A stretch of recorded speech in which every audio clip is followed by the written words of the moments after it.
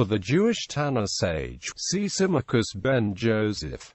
Symmachus translated the Old Testament into Greek. His translation was included by Origen in his Hexapla and Tetrapla, which compared various versions of the Old Testament side by side with the Septuagint. Some fragments of Symmachus's version that survive in what remains of the Hexapla inspire scholars to remark on the purity and idiomatic elegance of Symmachus's Greek. He was admired by Jerome, who used his work in composing the Vulgate. Life. Eusebius inferred that Symmachus was an Ebionite, but this is now generally thought to be unreliable. The alternative is that he was a Samaritan who converted to Judaism. Epiphanius's account that Symmachus was a Samaritan who, having quarreled with his own people, converted to Judaism is now given greater credence, since Symmachus's exegetical writings give no indication of Ebionism. At some time in his life, he had also written a commentary on the Aramaic Gospel of Matthew, known then as According to the Hebrews. Symmachus ben Joseph, a rabbi from the time of the Mishnah, named Symmachus ben Joseph, is identified by some with Symmachus the translator. However, this identification has been generally regarded as unfounded. The rabbinic Symmachus was a student of Rabbi Meir, and his teachings are mentioned in the Mishnah under the name Symmachus.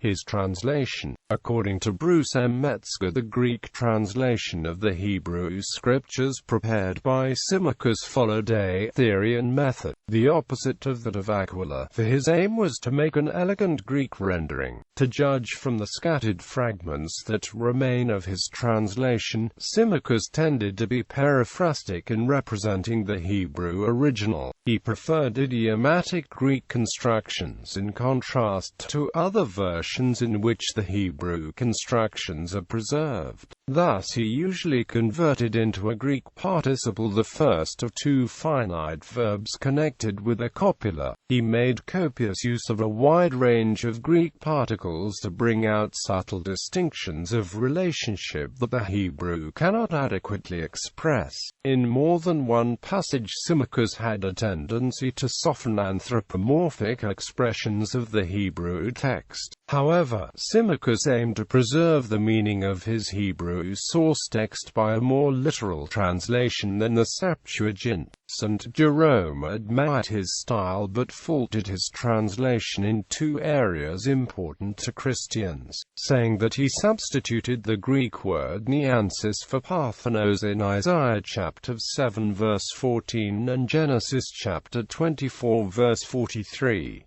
Many commentators disagree, saying that parthenos can mean nearly anything. Lost works. According to Eusebius, Symmachus also wrote commentaries, then still extant, apparently written to counter the canonical Greek Gospel of Matthew. His hypomnemeter, it may be related to the De Distinctione Preceptorum, mentioned in the catalogue of the Nestorian Metropolitan Abdiso Barbarica. Eusebius also records Origen's statement that he obtained these and others of Symmachus's commentaries on the scriptures from a certain Juliana who, he says, inherited them from Symmachus himself. Palladius of Galatia records that he found in a manuscript that was very ancient the following entry made by Origen. This book one found in the house of Juliana, the Virgin in Caesarea, when I was hiding there, who said she had received it from Symmachus himself, the interpreter of the Jews. The date of Origen's stay with Juliana was probably 238 to 41, but Symmachus's version of the scriptures had already been known to Origen when he wrote his earliest commentaries, California 228. Later traditions. For the language of many later writers who speak of Symmachus, he must have been a man of great importance among the Ebionites. For Symmachus remained a term applied by Catholics even in the 4th century to the Nazarenes or Ebionites, as we know from the pseudepigraphical imitator of Ambrose, the Ambrosiaster, prologue to the Epistle to the Galatians, and from Augustine's writings against heretics.